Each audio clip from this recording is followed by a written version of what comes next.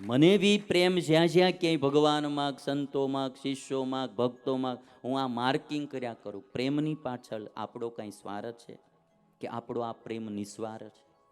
સ્વાર્થ હશે એટલે એમાં ક્યારેક અશાંતિ થાય. નિસ્વાર્થ પ્રેમમાં ક્યારેય અશાંતિનો પ્રશ્ન જ નથી. અને પ્રેમને તમારે એક તો હૃદયને પ્રેમાળ બનાવવું એ બહુ કઠણ છે. આમાં આગળ આવશે કોક વિરલાના હૃદયમાં પ્રેમ પ્રગટે.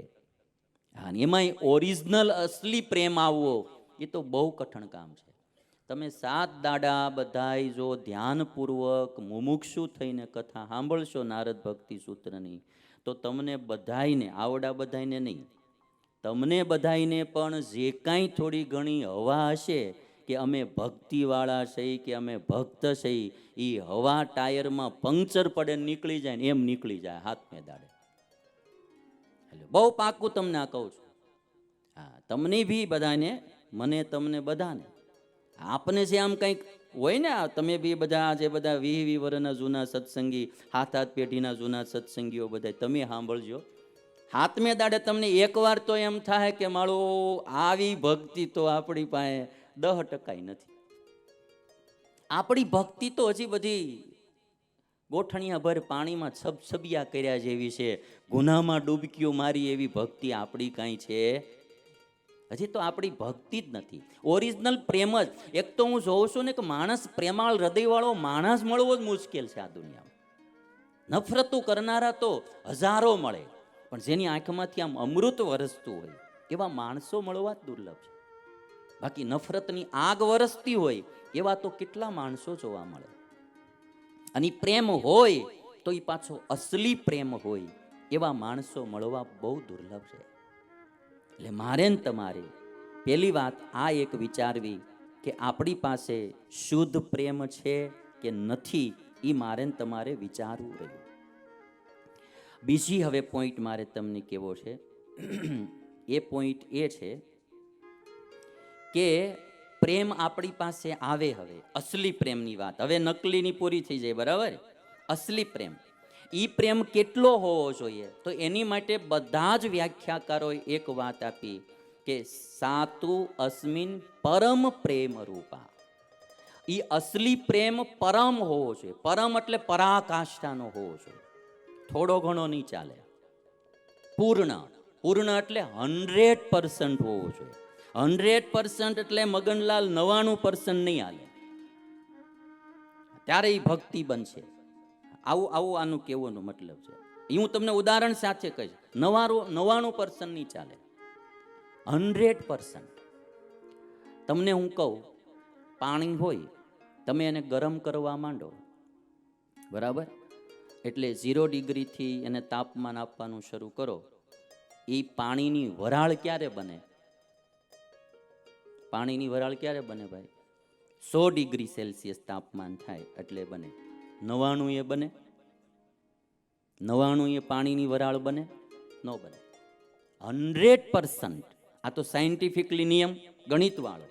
100 સેલ્સિયસ તાપમાન, 100 સેલ્સિયસ તાપમાન જ્યારે પાણીને આપવામાં આવે ત્યારે એની વરાળ બને. 99 ડિગ્રી તાપમાને વરાળ ન બને, પાણીનું પાણી રહે.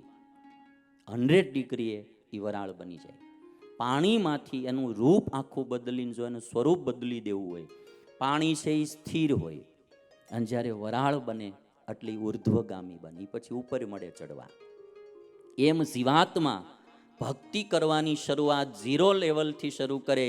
1%, 2%, 3%, 10%, 25%, 50%, 75%, 100% જ્યારે એની ભક્તિ પૂર્ણ બને ત્યારે એ જીવ શિવરૂપ થઈ જાય ભાઈ, અને એ આત્મા મુક્ત બની જાય. ભક્તિ આવી ગઈ એટલે મુક્તિ આવી ગઈ. મુક્તિ તો ભક્તિની દાસી કીધી છે ભાગવતમાં. મુક્તિને શું કીધું? ભક્તિની દાસી. ભક્તિ જેના દિલમાં આવી ગઈ, મુક્તિ તો એની દાસી પાછળ પાછળ આવે જ. તે એ જીવાત્મા મુક્ત બની જાય. પણ 100% જો હોય તો. પાણી બરફ ક્યારે બને? 0 સેલ્સિયસ. તમે બેયનું માર્કિંગ જો, 0 સેલ્સિયસ, એકદમ 100 થી ઓછું થતું થતું તાપમાન આવે અને 0 ડિગ્રી આવી જાય એટલે એ પાણી બરફ બની જાય. એ પેલા ન બને. થોડું ઘણું ઓછું રહી જાય એટલે વરાળને ન બને.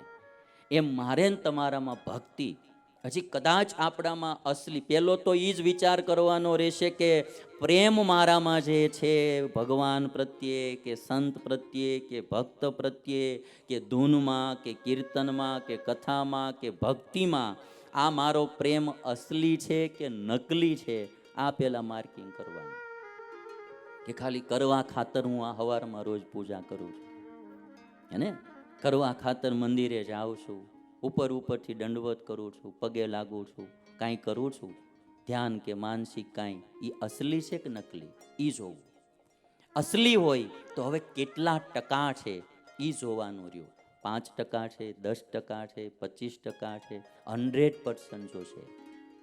1% ઓછો નહીં હાલે. એની માટે હું તમને એક ઉદાહરણ બતાવું ક્રિકેટનું, કે ક્રિકેટમાં તમે જો કે 1 રન ઓછો રહી જાય, સામેની ટીમે કર્યો હોય એટલે હારમાં આવી જાય. બરાબર, સામેની ટીમે 400 રન કર્યા હોય, બરાબર, અને આપણે 401 કરી નાખીએ એટલે જીતી ગયા, અને 399 રન કર્યા એટલે હારી ગયા. હાર ને જીત આખું રૂપ બદલી જાય. તમે વિચાર કરો, 1 રન માટે આખું રૂપ બદલી જાય. હાર ને જીત, 1 રન વધુ થઈ જાય એટલે જીતી ગયા, 1 રન ઓછો રહી જાય એટલે હારી ગયા. ભક્તિમાં જે નારદજીએ કીધું પરમ પ્રેમ રૂપા, પરમ શબ્દનો હું આ તમને અર્થ બતાવું. પરમ એટલે 100% પ્રેમ હોવો જોઈએ, પરમ પ્રેમ રૂપા.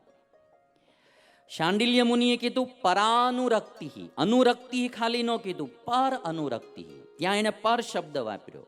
સ્વામિનારાયણ ભગવાને શિક્ષાપત્રીમાં ભૂરી સ્નેહ, તમે જો સ્નેહ ખાલી નહીં, ભૂરી અતિશય સ્નેહ, અતિશય એટલે પરમ સ્નેહ. 3 વ્યાખ્યાઓમાં આ શબ્દ પ્રયોગ થયો છે. એટલે 100% મારા તમારામાં ભક્તિ પ્રેમ આવે ત્યારે આપણું કામ થાય. આ બીજો પોઈન્ટ. પેલો કયો? પ્રેમ અસલી છે કે નકલી, આ જોવાનું. મારા તમારામાં પ્રેમ છે એ અસલી છે કે નકલી, સ્વાર્થપૂર્ણ છે, આ લોકની વાસનાઓ માટે છે, આ લોકના કંઈક લાભ માટે છે. ભગવાનમાં પ્રેમ એ માણસ આ લોકના લાભ માટે કરતો હોય. મારું આટલું ધંધો રાગે પાડી દેજો, મને આ શરીર માંદું રહેશે તો આ હારું કરી દેજો, મને મારા પરિવારમાં આમ રહેશે તો આ હરખું કરી દેજો, એની માટે ભજન ભક્તિ માનતા કાંઈ પણ કરતો હોય. એટલે આ પ્રેમ બધો અશુદ્ધ થઈ ગયેલો કહેવાય. આ શુદ્ધ પ્રેમ છે જ નહીં. તપાસ કરો, મારે ને તમારે ભગવાનમાં હેત છે એ શુદ્ધ છે કે અશુદ્ધ છે, એ પહેલું તપાસવું. હવે શુદ્ધ પ્રેમ, હું ને તમે ઈશ્વરની ભક્તિ કરીએ છીએ કે એમાં પ્રેમ કરીએ છીએ, અને પ્રેમને લઈને કાંઈ ક્રિયાઓ કરીએ છીએ, જપ તપ વ્રત દાન પુણ્ય પ્રદક્ષિણા કે પછી માળા કે પૂજા કે યજ્ઞ કે પદયાત્રાઓ, એ આપણા કોઈ સ્વાર્થ સિદ્ધ કરવા માટે કરીએ છીએ કે ઈશ્વરને રાજી કરવા માટે કરીએ છીએ? જો સ્વાર્થ સિદ્ધ કરવા માટે કરતા હોઈએ તો એ પ્રેમ શુદ્ધ નથી, તમારો અશુદ્ધ પ્રેમ છે. જો નિસ્વાર્થ ભાવે કરતા હોઈએ તો એ શુદ્ધ પ્રેમ છે. પહેલી આ તપાસ કરવી, મારામાં શુદ્ધ પ્રેમ અસલી પ્રેમ કેટલો, નકલી કેટલો.